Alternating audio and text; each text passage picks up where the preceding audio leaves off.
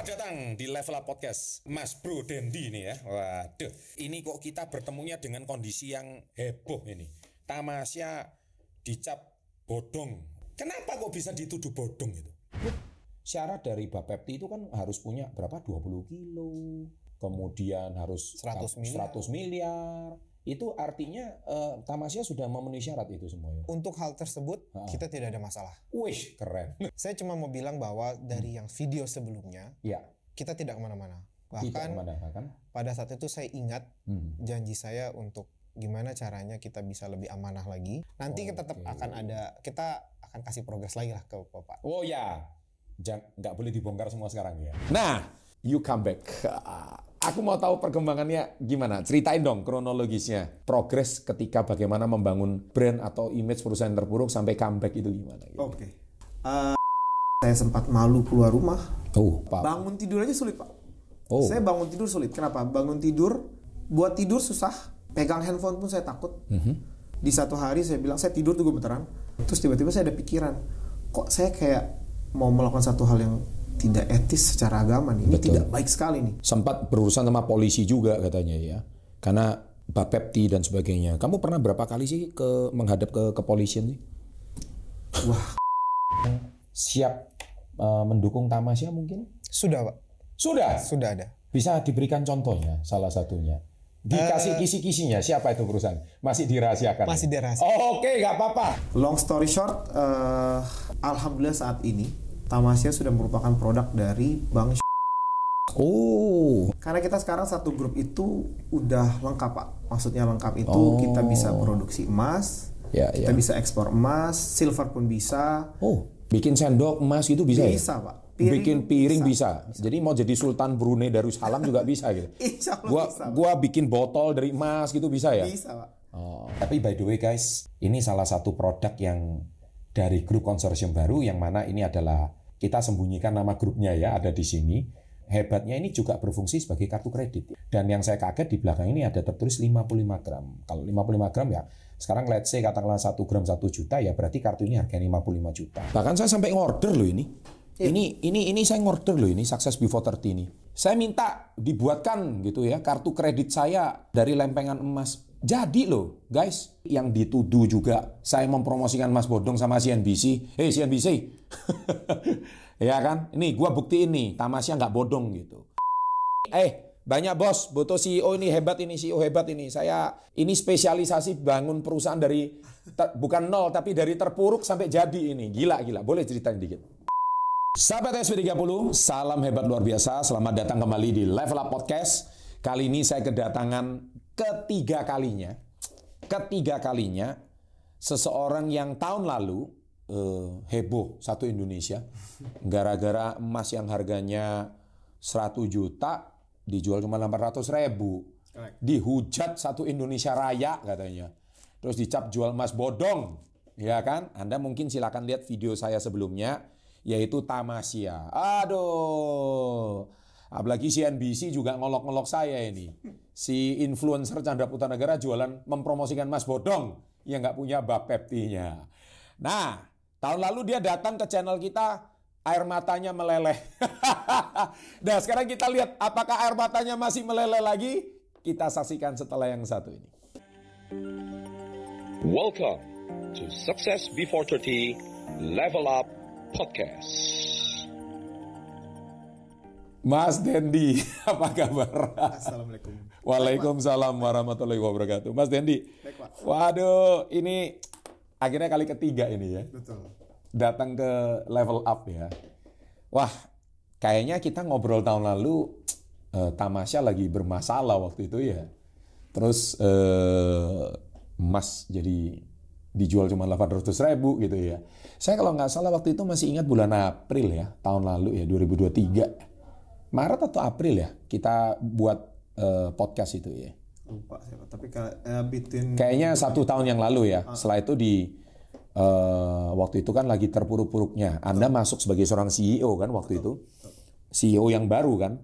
Jadi masuk di saat perusahaan lagi problem-problemnya itu, lagi terpuruk-puruknya gitu ya. Betul. Dihujat membernya kan ratusan ribu itu Tamasya. Sampai Wah heboh itu. Netizen yang nggak ikut nabung juga ikut heboh-heboh ya. Semua banyak influencer, TikToker atau konten kreator ikut nimbrung di hype-nya Tamasya waktu itu. Tapi by the way, di Agustus ya kalau nggak salah kita tengok progres. Betul. Waktu itu saya juga mengundang Profesor Suwandi Cahaya. Ternyata Prof. Suwandi ada bilang tentang progresnya. Kalau yang namanya Tamasya kalau menjadi bagian dari perbankan ya kalau nggak salah waktu itu sudah aman katanya. Nah sampai detik itu pembicaraan kita terputus. Kemudian waktu itu saya masih ingat di podcast terakhir Mas Dendi kan ada bilang, jadi kira-kira Tamasya ini progresnya kapan? Mas Dendi kan bilang di podcast saya kalau saya nggak salah nanti kita ambil potongan videonya kita tampilkan. Mas Dendi bilang insya Allah akhir tahun ini. Berarti kalau akhir tahun ini kan Desember 2023. Nah, saya nggak bikin podcast lagi itu terakhir. Kalau nggak salah Agustus atau kapan itu. Setelah ini sekarang Mei 2024, you come back. Aku mau tahu perkembangannya gimana. Ceritain dong kronologisnya sekali lagi. Supaya netizen ini belajar progres ketika bagaimana membangun sebuah brand atau image perusahaan terpuruk sampai comeback itu gimana? Gitu. Oke. Sekali lagi terima kasih Pak udah di-invite lagi. Saya sangat berterima kasih dan saya berusaha memenuhi janji saya Pak. Thank you. Karena laki-laki itu dipegang omongannya. Harus dong. Mungkin kalau flashback tahun 2023 Januari ya itu mulai start. Bener. Case-nya Tamasya mulai heboh. Dimana memang awal 2023 ya? Awal 2023. Betul. Memang pada saat itu perusahaan tersebut berusaha memenuhi memang apa yang diwajibkan oleh regulator. Waktu itu ya. Regulator dalam hal ini Bapepti ya? Oke. Saya masuk tercatat sebagai CEO itu Januari 2023. Sampai saat sekarang. 1 tahun 5 bulan dong? 5 bulan. Yes. Ya. Setelah hampir 1,5 tahun lah ya. Hampir 1,5 tahun. Tugas saya buat saya tuh sangat challenging. Kalau saya bilang susah, ya pasti susah Pak. Namanya perusahaan ya. Saya belajar banyak selama waktu tersebut sampai saya ketemu teman baru termasuk salah satunya Pak Chandra. Thank you. Salah satu teman yang saya percaya Pak. Perjalanan itu bikin saya banyak melihat industri Pak, dan gimana cara kita menjadi leader yang baik, melakukan bisnis yang tepat, mengambil keputusan yang baik untuk stakeholder yang ada dalam perusahaan, memilih partner yang pas gitu ya, di dalam dan di luar perusahaan. Mungkin kalau tadi dulu video-video yang sebelumnya Pak, ya orang pasti lihat lah mimik saya itu agak berubah beda. Bukan berarti mimik saya sekarang juga happy karena enggak, tapi saya sangat bersyukur apa yang saya alami sih Pak. Banyak pelajarannya. Saya jadi paham bahwa nama besar itu dan jabatan itu tidak seindah yang dilihat, tapi memang memiliki result yang cukup menakjubkan Pak, kalau kita memegang jabatan tersebut dengan baik, sesuai amanah. Long story short, alhamdulillah saat ini Tamasya sudah merupakan produk dari Bank Syariah At-Taqwa. Oh, ini yang harus diupdate ini ya. Harus diupdate. Jadi udah resmi nih ya. Tamasya bukan lagi platform emas digital seperti dulu, enggak ya? Bukan. Berarti juga nggak perlu Bapepti ya, karena bukan izin perdagangan komoditi berjangka, bukan. Betul. Berarti bukan ya? Bukan. Jadi Tamasya sekali lagi merupakan produk dari BPR, Bank Syariah At-Taqwa yang diawasi oleh OJK. Bank Syariah At-Taqwa. Itu Bank Syariah itu bagian dari BPR? Bukan, dia jenisnya Bank BPR. Jenisnya Bank BPR. Kalau boleh tahu BPR ini berarti mengakuisisi gitu ya Tamasya gitu ya? Jadi produknya itu sudah pindah. Berarti Tamasya bukan lagi perdagangan emas digital tapi menjadi produknya perbankan? Betul. Emas fisik tetap Pak. Tetap emas fisik ya? Emas fisik. Oke, jadi tapi tetap tabungannya emas digital juga? Platformnya aja. Tapi kalau kita nggak ada emas digital, kita emas fisik. Totally semuanya ada fisik. Berarti kalau nabung ya langsung dapat emas fisik? Jadi saya nggak bisa kayak dulu lagi beli emas 10.000 nggak bisa? Bisa Pak. Tapi dapat emas. Kita memiliki cetakan terkecil juga ada. Begitu. Jadi langsung Rp10.000 cetakan terkecil berapa sih? 1 gram? Enggak dong. 0,1. 0,01 pun kita bisa. 0,01 bisa? Berarti 0,01 itu berapa dong? 1.100 rupiah? Itu kecil sekali memang Pak. Saya nggak kelihatan dong, kena debu hilang dong. kelihatan. Biasanya kan ada tuh apa yang kartu-kartu sekarang. Kenapa saya bilang seperti itu? Yeah. Karena kita sekarang satu grup itu udah lengkap Pak. Maksudnya lengkap itu kita bisa produksi emas, kita bisa ekspor emas, silver pun bisa. Kita punya klien-klien juga cukup banyak ya. Untuk misalkan contoh ya Pak, contoh aja. Misalkan aparatur negara butuh emblemnya di sini atau di tengah. Betul. Itu bisa juga kita produksi emas asli ya? Emas asli. Bikin sendok emas gitu bisa ya? Bisa Pak. Bikin piring bisa. Jadi mau jadi Sultan Brunei Darussalam juga bisa gitu. Insya Allah bisa. Gua bikin botol dari emas gitu bisa ya? Bisa Pak. Kita industri memang sekarang. Industri. Bukan emas digital kita. Bukan emas digital lagi. Wah keren dong.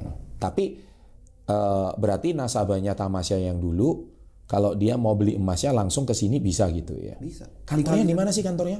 Kantor kita di Tangerang Pak. Oh di Tangerang. Pabriknya di mana sih? Kalau pabrik kita ada di Cikini. Pabrik ada di Cikini. Itu satu grup ya Pak. Jadi kita itu memang terafiliate dengan banyak subsidiary. Oke. Tapi kalau Tamasya khususnya itu adalah di banknya. Oh. Sudah jadi produk banknya yang diawasi oleh OJK. Iya. Tapi kalau seandainya satu grup nih, kita disupport oleh banyak perusahaan, banyak tipe. Yang bisa memang fokusnya ke industri emas atau logam mulia dan silver juga bisa. Oh gitu. Wah cakep dong. Berarti Tamasya ini nggak lagi emas digital kayak dulu. Tapi kalau seandainya saya masih mau nabung nih. Masih bisa. Saya mau nabung nih. Kan dulu Tamasya kan tabungan emas Indonesia kan. Jadi saya mau nabung nih 10.000 per bulan atau 100.000 per bulan. Itu nggak saldonya yang 0, sekian gram lagi kayak dulu nggak begitu ya? Masih Pak. Oh masih? Masih. Tapi kalau saya langsung mau cetak, ongkos cetaknya nggak seperti dulu kan? Yang dulu isunya ongkos cetaknya mahal gitu. Nah, memang ongkos cetak itu kan terpisah nih Pak. Kayak misalnya gini, biasanya kan masyarakat itu inginnya emas tertentu ya Pak, dengan brand tertentu. Nah, emas yang kita jual itu sebelum masuk ongkos cetaknya memang. Tapi masih ada. Begitu dia ingin convert ke kita mau ambil emasnya. Udah ada ongkos cetaknya. Itu hal lumrah memang. Oh gitu. Karena emas-emas batangan itu ada dua parameter Pak, ada dua variabel. Ongkos cetaknya sama harga emasnya. Harga emasnya. Jadi kalau kita mau bikin jadi perhiasan gitu, itu ada ongkosnya lagi. Ini BPRS ini sekarang udah bisa gitu ya? Bisa. Oke. Nah sekarang gini, by the way sekarang udah fix ya? Sudah. Tepuk tangan dulu. Alhamdulillah. Berarti janjinya Mas Dendi dulu Desember akhir udah clear semuanya, tercapai. Tapi kayaknya kita baru klarifikasi podcast ini Mei. Ada keterlambatan ya? Adalah Pak. Mohon maaf ada keterlambatan sekitar 3 bulan 4 bulan. Oh tapi wajar. Yang penting clear kan ya? Clear. Wajar. Banyak yang nggak diberesin. Tapi ini udah clear ya? Sudah. Selamat dulu. Waduh, congrats. Nah, karena kongres ini saya mau belajar nih sama CEO-nya nih. Gimana kamu bisa bangun perusahaan ini ketika perusahaan lagi terpuruk, kamu bisa bangun sampai kamu bisa, boleh diceritain dong, gimana prosesnya. Siapa tahu ini, banyak bos, butuh CEO ini hebat ini, CEO hebat ini. Saya yang nonton ini spesialisasi bangun perusahaan dari bukan nol tapi dari terpuruk sampai jadi ini. Gila. Boleh ceritain dikit. By far Pak, experience saya Pak. Tamasya itu memang buat saya sedikit agak shock. Agak shock Pak, wajar ya. Saya bukan orang hebat Pak. Iya nggak apa-apa. Tapi kuncinya hanya terima Pak, apa yang sudah ditetapkan oleh Allah atau Tuhan. Jalanin. Ikhlas, seperti yang Bapak ajarkan juga. Betul. Sama don't give up. Boleh diceritakan kesulitan kamu waktu itu ngapain aja? Nggak apa-apa, di blow up aja sekarang. Kan kamu nggak punya tempat lagi untuk memblow up. Karena semua orang pernah mengalami masa sulit. Betul. You cerita masa sulitmu gimana? Tapi kamu bisa lewat itu gimana? Nggak apa-apa. Pernah hampir ketipu nggak sih? Atau pernah ketipu juga? Pernah ketipu juga. Ceritain. Jadi saya pribadi pada saat itu ngelihat ada dua sisi. Ada eksternal, internal. Pada saat terpuruk, saya menutup diri dalam hal kuping saya tutup.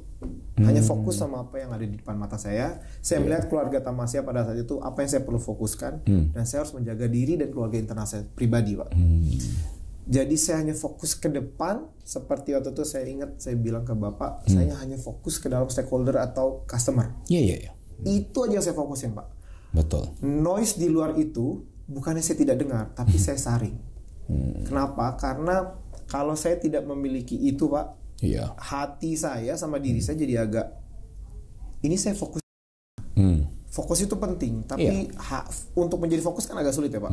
Saya belajar untuk tutup kuping saya dulu.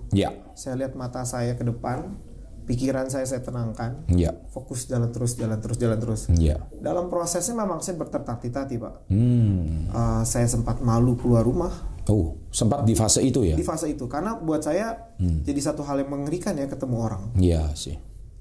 Dan pada saat itu saya jadi. Padahal kamu nggak nipu ya? Enggak, Pak. Demi Allah saya nggak pernah nipu. Iya. Tapi dicap orang penipu gitu ya? Iya. Jadi saya tahu bahwa segala sesuatu itu ada akibatnya, ada sebab, ada akibat. Iya. Ada aksi dan reaksi. Betul. Jadi di situ saya melihat dunia jadi berbeda, Pak. Maksudnya jangan sombong. Karena saya pernah diingatkan sama ibu saya, kamu sombong kali nak. Masa sih? Saya ngerasa kayak, saya enggak kok, saya niatnya baik. Ternyata memang saya flashback, oke, saya mungkin merasa sudah cukup, ternyata Tuhan bilang belum cukup. Orang sombong kan nggak pernah merasa dirinya sombong. Betul. Itu dia, saya bilang, oh mungkin ya akhirnya saya hanya kembali ke diri saya. Saya kembali ke pencipta saya. Saya tidak pernah merasa jadi orang pintar. Tapi ternyata di hati saya mungkin harus ada yang saya bersihkan. Mental saya perlu ada yang saya bersihkan. Dan dari perjalanan itu tertatih-tatih, saya berusaha fokus sama apa yang. Tertatihnya seperti apa? Boleh diceritain? Kan semua orang juga ngalami fase sulit. Boleh dong, boleh. Jujur ya, Pak. Jujur aja nggak apa-apa. Bangun tidur aja sulit, Pak. Oh. Saya bangun tidur sulit. Kenapa? Bangun tidur, buat tidur susah. Pegang handphone pun saya takut. Tapi itu semua harus saya hadapin.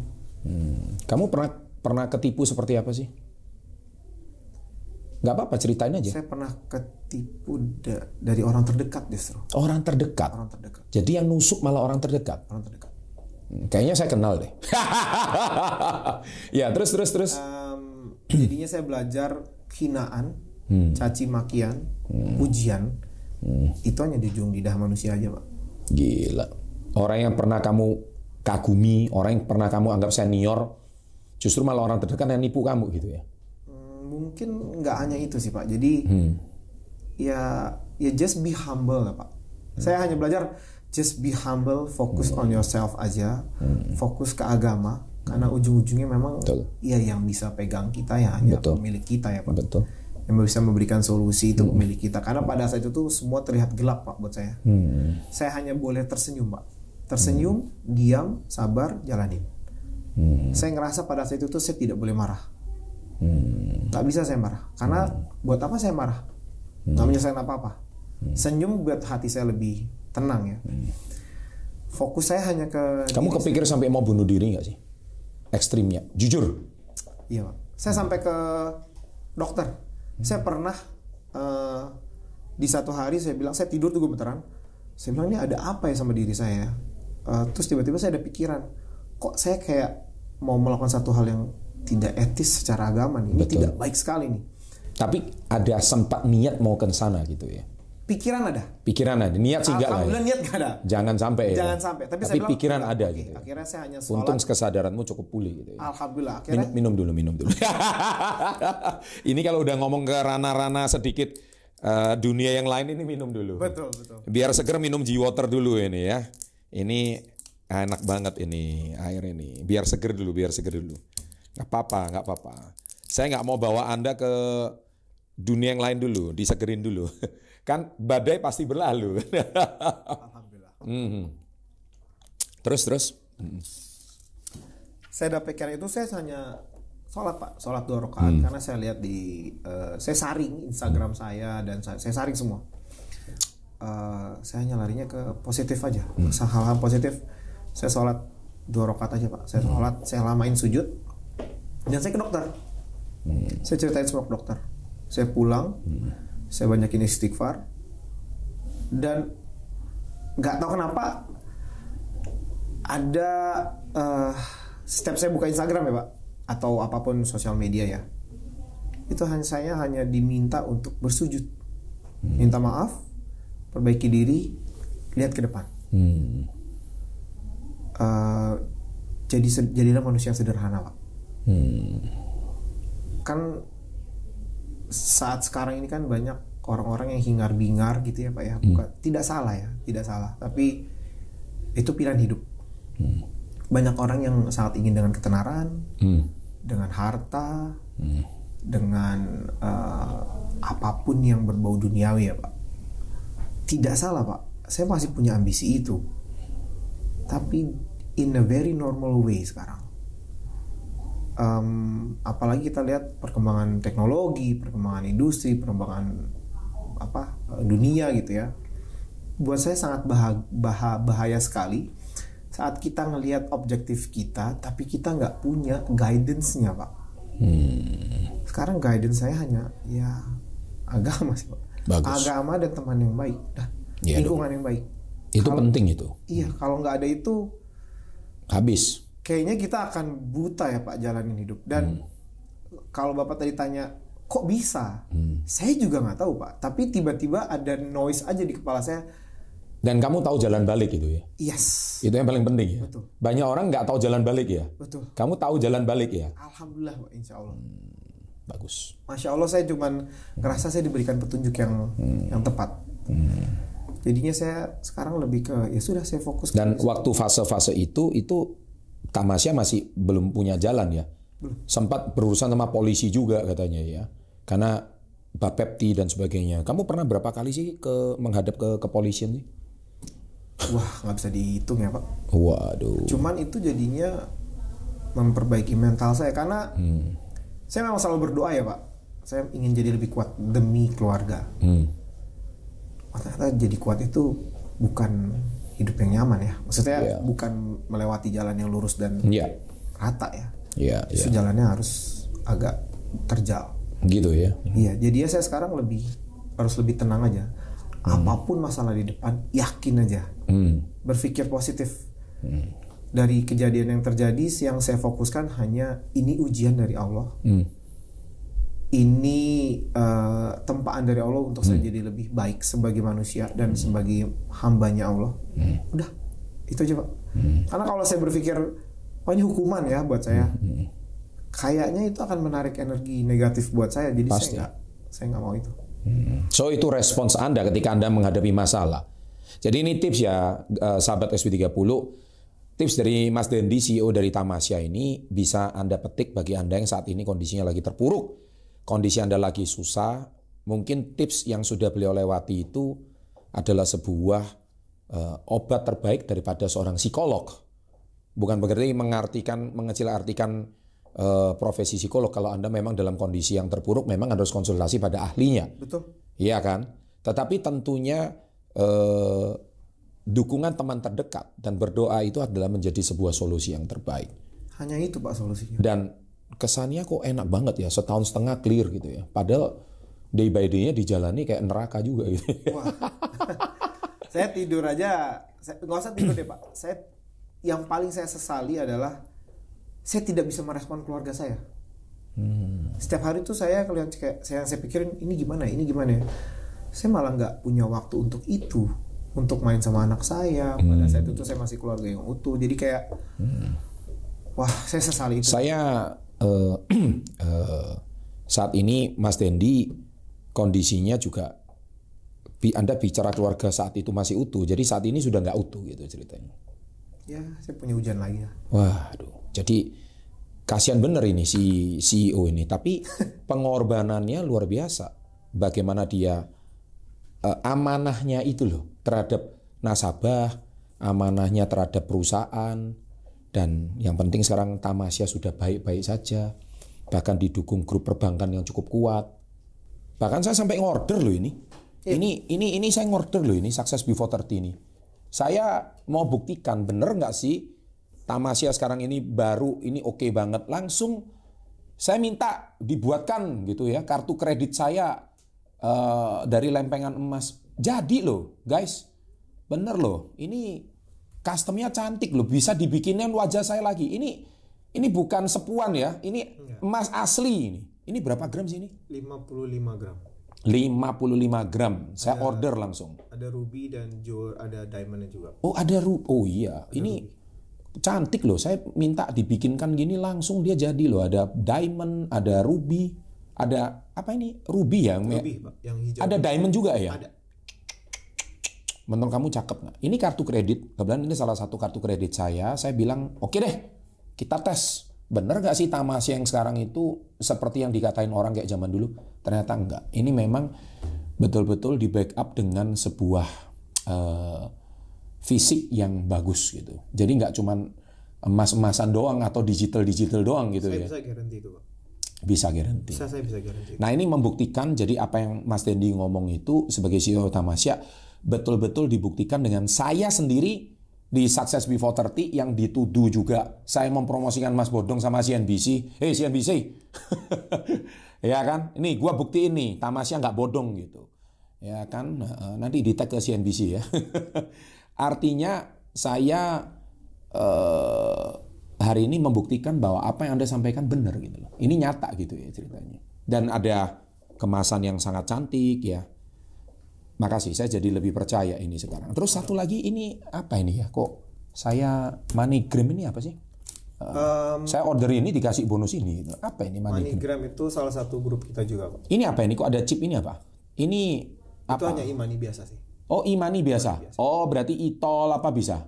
Ini kerja sama apa? Flash ya? Oke. Nah yang saya heran itu adalah proses Anda itu bisa mendapatkan investor BPRS ini gimana gitu loh. Kok Anda ini bisa tentu dulunya dituduh bodong, kemudian masa sulit, terus ada cerita proses Anda. Sampai Anda proses menemukan investor ini sampai diakuisisi ini gimana ceritanya? Oke. Ini saya kombinasi kali ya Pak ya. Saya kombinasi dari proses hidup saya waktu itu ya.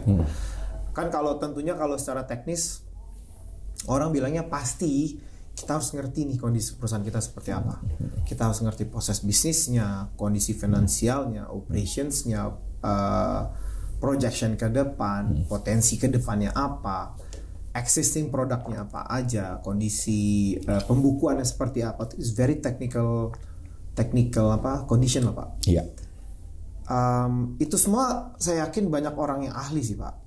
Sangat ahli dalam hal itu. Saya bukan Nggak, saya dengar katanya nasabahnya Tamasya atau gimana sih dulunya? Bukan Pak justru. Oh bukan? Bukan. Siapa dulu? Tapi sebelum ke situ ya Pak ya. Iya. Nggak usah disebutin pemiliknya nggak apa-apa, yang penting nama bank. Tapi intinya kok bisa ketemu gitu prosesnya. Itu kan semua orang juga lagi masa sulit nih. Kok bisa ketemu satu grup besar atau setelah saya tentunya saya kemana-mana saya harus paham nih bisnis saya seperti apa. Yes. Yang saya di pundak saya ini banyak nih. Ada internal kita, ada bisnis kita, ada bisnis proses, ada karyawan yang harus Anda hidupi. Nah, proses untuk mencarinya memang tidak mudah, Pak. Cuman kuncinya jangan pernah melihat orang sebelah mata. Oh. Biasanya ya, Pak, kalau kita mencari investor, yang kita lihat itu adalah fancy thing. Oh iya jelas dong. Background, education, penampilannya pakai baju apa? Seperti apa, terus bisnisnya. So don't just book by its cover. Correct. Oke. Orang yang saya temui simple, tidak terlihat fancy, tapi sangat berbobot Pak. Saya ketemunya juga nggak sengaja. Orang Ciki ini begitu semua modelnya. Mungkin ya Pak ya. Loh, saya ini kan punya orang tua yang dulu itu dagang beras. Itu papa saya tuh pernah ngomong, lu jangan sepelein itu kakek-kakek tua pakai celana pendek sandal jepit. Itu karungnya itu isinya duit semua. Bisa jadi. Iya bener. Mirip-mirip gitulah ya. Oke. Karena kan sekarang di sosial media kan seolah-olah ya yang bisa. Itu fake semua itu, almost fake. Saya bisa bilang 99% fake.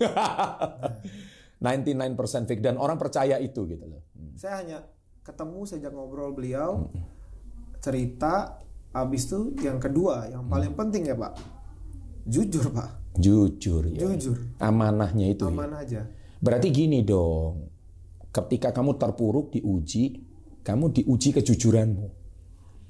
Nah, akhirnya kamu dipertemukan sama orang yang jujur gitu loh. Karena ya putih memang harus bersatu sama putih. Minyak sama air itu memang nggak bisa bersatu. Minyak adalah minyak gitu loh.